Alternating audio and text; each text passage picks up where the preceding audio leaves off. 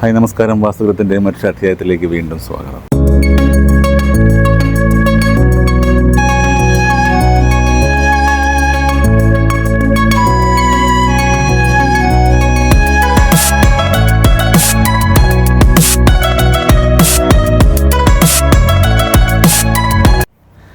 ഈ വിളിക്കുന്ന പലരും ചോദിക്കുന്ന ഒരു ചോദ്യമുണ്ട്.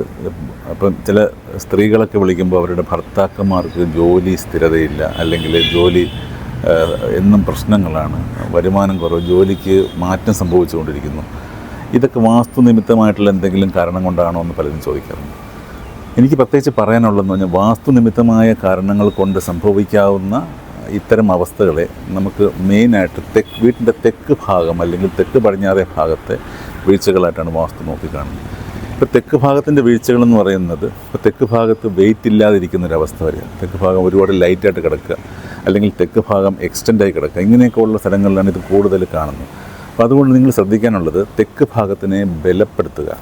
നമ്മുടെ കരിയർ, പ്രൊഫഷൻ, ഇതെല്ലാം തെക്ക് ഭാഗത്തിനെ ആശ്രയിച്ചിരിക്കും.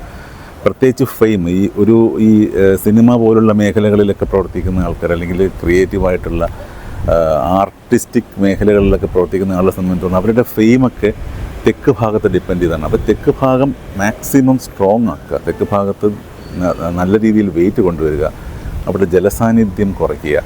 പിന്നെ അതുപോലെ തന്നെ തെക്ക് ഭാഗം കിടപ്പ് മുറിയുടെ കാര്യം ഞാൻ എപ്പോഴും പറയുന്നത്, തെക്ക് പടിഞ്ഞാറേ ഭാഗത്ത് തെക്കോട്ട് തലവെച്ച് കിടക്കുക, ഇങ്ങനെയൊക്കെയുള്ള കാര്യങ്ങൾ തെക്ക് ഭാഗത്തിനെ കുറച്ച് കൂടുതൽ സ്റ്റെബിലൈസ് ചെയ്യുക. നിങ്ങളുടെ തെക്ക് ഭാഗത്ത് എന്തെങ്കിലും ദോഷങ്ങളുണ്ടെങ്കിൽ ഇത്തരം കാര്യങ്ങൾ നിങ്ങൾക്ക് ഐഡൻറ്റിഫൈ ചെയ്യാൻ പറ്റും. ഇങ്ങനെയുള്ള പ്രശ്നങ്ങൾ നിങ്ങൾക്ക് വരും. അപ്പോൾ അതുകൊണ്ട് നമ്മുടെ കരിയറിനെയും അല്ലെങ്കിൽ നമ്മുടെ ജോലി സംബന്ധമായിട്ടുള്ള കാര്യങ്ങളൊക്കെ സ്ട്രോങ് ആക്കാനായിട്ട് തെക്ക് ഭാഗത്തെ സ്ട്രോങ് ആക്കും.